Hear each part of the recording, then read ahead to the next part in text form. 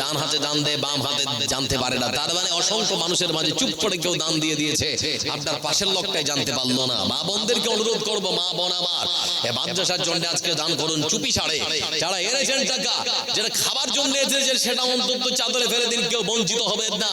কম আছে অন্তত 5টা ইটের পয়সা নিয়ত করে দিন, কিছু না হলে একটা সিমেন্টের বস্তার নিয়ত করে দিন, কিছু না হলে একটা করণের টাকার সমপরিমাণ একটা টাকা অন্তত চাদরে ফেলে দিন। কেউ দেখুক আর না দেখুক, আমার আল্লাহ দেখছেন। মা বোন যারা আছেন আপনাদের কাছে করজোড়ে নিবেদন করলাম, কিছু কিছু করে দেওয়ার চেষ্টা করুন। ভাই অন্তরটা হালকা হচ্ছে না একটা? তাহলে ঘটনা শুনে আপনাদেরকে আজকে ধন সম্পদ আল্লাহ দিয়েছে, তো আমরা কিনতে পাচ্ছি না। আমার আল্লাহর কোরআনের আয়াতগুলো এবার শুনে দিন। আল্লাহ রাব্বুল আলামিন তিনি কোরআন কারীমের মধ্যে বলেন, وَأَنفِقُوا مِمَّا رَزَقْنَاكُم مِّن قَبْلِ أَن يَأْتِيَ أَحَدَكُمُ الْمَوْتُ فَيَقُولَ رَبِّ لَوْلَا أَخَّرْتَنِي إِلَىٰ أَجَلٍ قَرِيبٍ। আল্লাহ রাব্বুল আলামিন তিনি সুন্দর করে বলেন, হে মানুষ, আমি মহান রব, মহান সত্তা আল্লাহ রাব্বুল আলামিন, আমার পক্ষ থেকে তোমাদেরকে যে সমস্ত রুজিক দিয়েছি, যে সম্পদ দিয়েছি, যে টাকা পয়সা দিয়েছি, সেই সম্পদ থেকে তোমরা আমার রাস্তায় দান করো। যা সম্পদ আমাদের আছে দিয়েছেন যিনি, তিনি কে?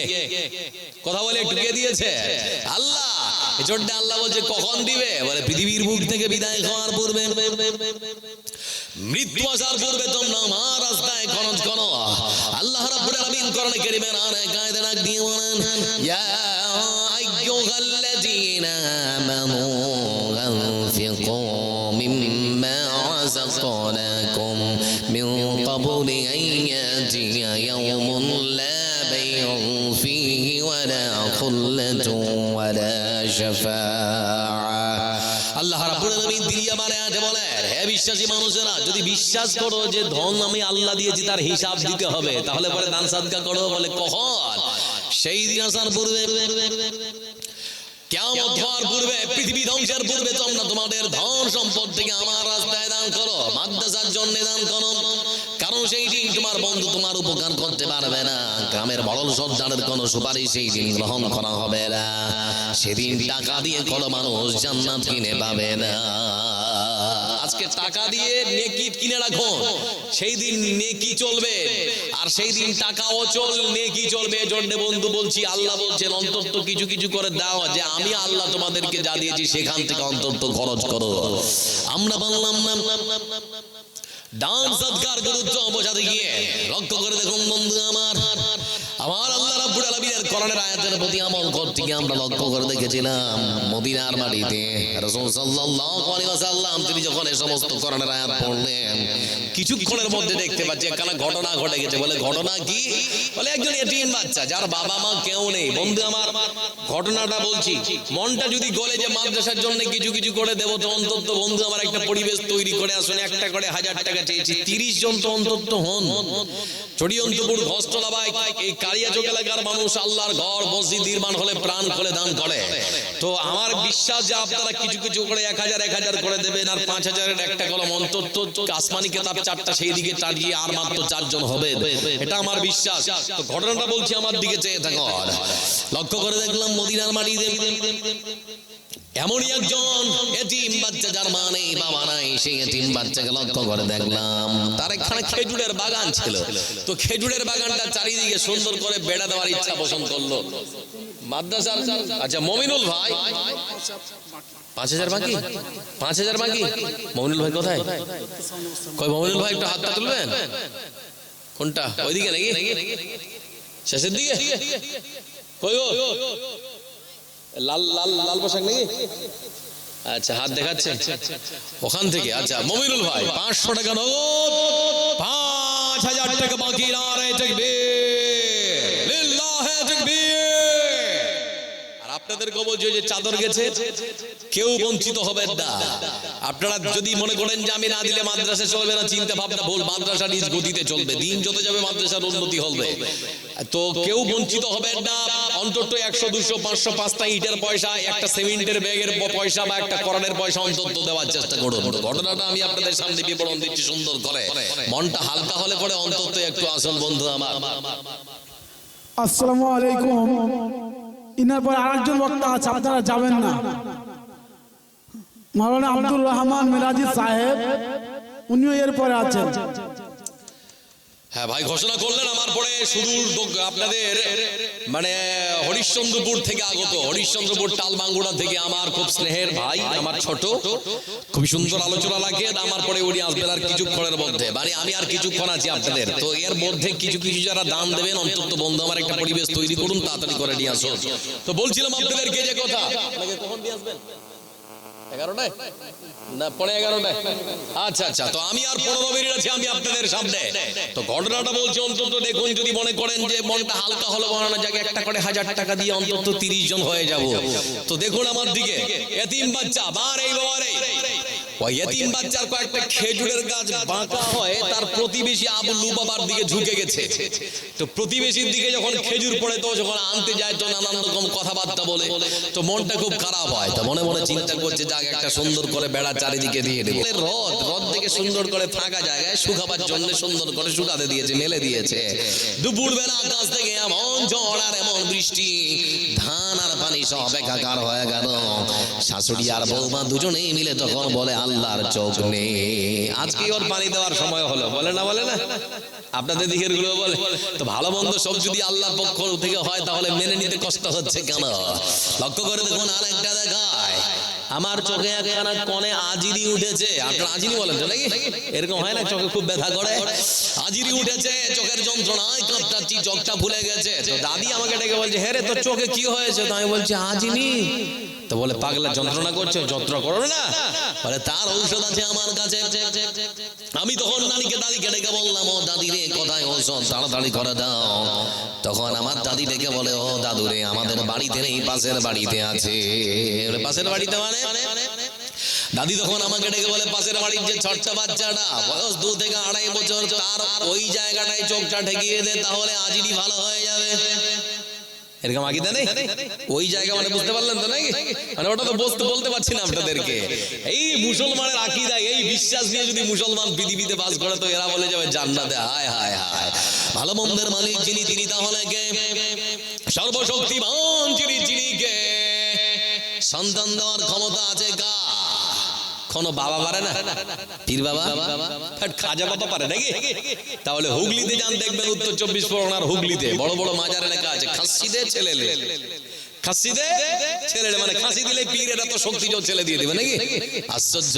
আর আমাদের অপার বাংলায় তো মানে বিনোদনের শেষ নেই। কেরামান কাটে বিল নজহাসরের দিন, কেরামান কাটে বিল নজহাসরের দিন, আল্লাহর কাছে যদি করে অভিযোগ, আমি বলবো দুনিয়ায় ছিলাম খাজা বাবার লোক। আর খাজা বাবা সেই দিন যদি বলে, বেটা আমি কি তোকে আমার লোক হতে বলেছিলাম, তখন তোমার কি হবে? বুঝতে পারছেন না?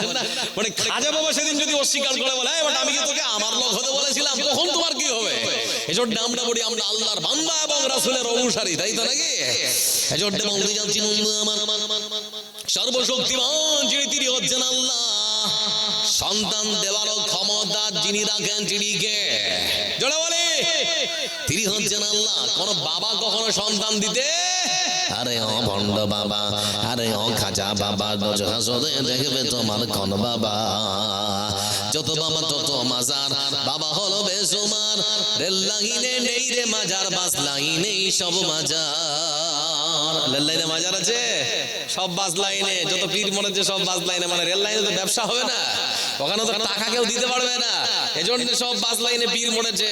বিশাল বড় হোর্ডিং ব্যানার টাঙিয়ে দিয়েছে, আমাদের পীরের মাথা খুব হট, ড্রাইভার ভাই কিছু দিয়ে যান, না হলে সামনে গাড়ি অ্যাক্সিডেন্ট হতেও পারে। বিশাল বড় বড় হোর্ডিং, খালি যান আপনি হুগলির পান্ডুয়া বলে জায়গায়, দেখবেন কি অবস্থা, কত পীরের রমরমা চলছে সেখানে, অবাক হয়ে যাবেন বন্ধু। আবার মানুষ আল্লাহর মসজিদে এসে সেজদা করা বাদ দিয়ে পীরের বাজারে গিয়ে সেজদা দেয়, এরকম ভিডিও আপনারা মোবাইলে দেখছেন না? লা ইয়ামবাগি লিবাশার আন ইয়াসজুদা আলা বাশার, কোন মানুষের জন্য শোভনীয় নয় যে তার মতো আরেকজন মানুষের কাছে গিয়ে সে সেজদায় অবনত করবে, তার সবথেকে সম্মানিত মাথাকে রোয়াবে। এটা আল্লাহ কখনো সহ্য করেন না। খুবই সতর্ক, খুবই সাবধান। এজন্য বলতে যাচ্ছিলাম বন্ধু আমার, মহান সত্তা আল্লাহ রাব্বুল আলামিন পৃথিবীর বুকে মানুষকে হাজার নিয়ামত দিয়েছে, কিন্তু মানুষ আল্লাহর নিয়ামতের শুকরিয়া ঠিকমতো আদায় করতে পারে না। পৃথিবীর মানচিত্র আপনাদের মধ্যে পরিবর্তন নেই। এবার পরিবর্তন হওয়ার জন্য যদি একটু কথা বলবো, তার আগে একটু বলি, সৌভাগ্যবান আল্লাহর বান্দা কারা? আমার দিকে চেয়ে থাকুন বন্ধু, আবার নিজেকে একটু হলেও পরিবর্তন করুন। পৃথিবীতে কে কখন চলে যাবে এর কোনো নিশ্চয় জানে। আমাদের কাছ থেকে আপনাদের এলাকার একজন উজ্জ্বল নক্ষত্র, যাকে ছাড়া অনেক মাদ্রাসার অনেক মসজিদের জালসার কালেকশন হতো না, যার নাম হচ্ছে কারি মুবাশশির। আমার থেকে 4-5 বছরের বড় হবে হয়তো আমার ভাই, পৃথিবীর বুক থেকে পরলোক গমন করেছেন, আমাদের কাছ থেকে চলে গিয়েছেন। আমাদের মাথার তার, চোখের মনি, কলিজার টুকরো শাইখ আইনুল বারী আমাদের কাছ থেকে বিদায় নিয়েছেন। আর একজন সুবক্তা আব্দুল্লাহ বিন ইদ্রিস আমাদের কাছ থেকে বিদায় নিয়েছেন। আর একজন ঐতিহাসিক বক্তা গোলাম আহমদ মর্তুজা সাহেব আছেন না চলে গেছেন? কথা বলেন, আছেন না চলে গেছেন? আমরা কি থাকতে এসেছি? হ্যাঁ বলেন, আমরা থাকতে এসেছি, আমরাও থাকতে আসেনি। বন্ধু আমার, এবার আপনাদের একটু মেজাজ তৈরি করব যে আপনাদের পরিবর্তন হচ্ছে না কেন, আমাদের মধ্যে পরিবর্তন নেই কেন। একটা শুধুমাত্র আপনাদের সামনে ঘটনা বলছি, লক্ষ্য করে দেখুন তো এখান থেকে নিজেকে পরিবর্তন করতে পারেন কি পারেন না। পৃথিবীর মানচিত্রে একটা দেশ দেখবেন, দক্ষিণ আফ্রিকা। নাম শুনেছেন না শোনেননি? দক্ষিণ আফ্রিকার একজন বিখ্যাত ক্রিকেটার আছে, যার নাম হচ্ছে হাসিব আমলা, মুখে এই বড় বড় দাড়ি, দেখেননি? আমার বন্ধুরা, তার দেশের প্রত্যন্ত একখানা গ্রামাঞ্চলে, আপনাদের চড়িয়ন্তপুর গ্রামের মতো এরকম একটা গ্রামে বিশাল বড় একটা গির্জা, মানে খ্রিস্টানদের বিশাল বড় একখানা চার্চ। সেই চার্চের যিনি প্রধান, সেই গির্জার যিনি প্রধান, তার নাম হচ্ছে বন্ধু আমার একজন খ্রিস্টান ব্যক্তি, আমার ভাই, মানে ইব্রাহিম রিজমন্ড যার নাম, সেই ইব্রাহিম রিজমন্ড দক্ষিণ আফ্রিকার প্রত্যন্ত গ্রামাঞ্চলে যার বাড়ি।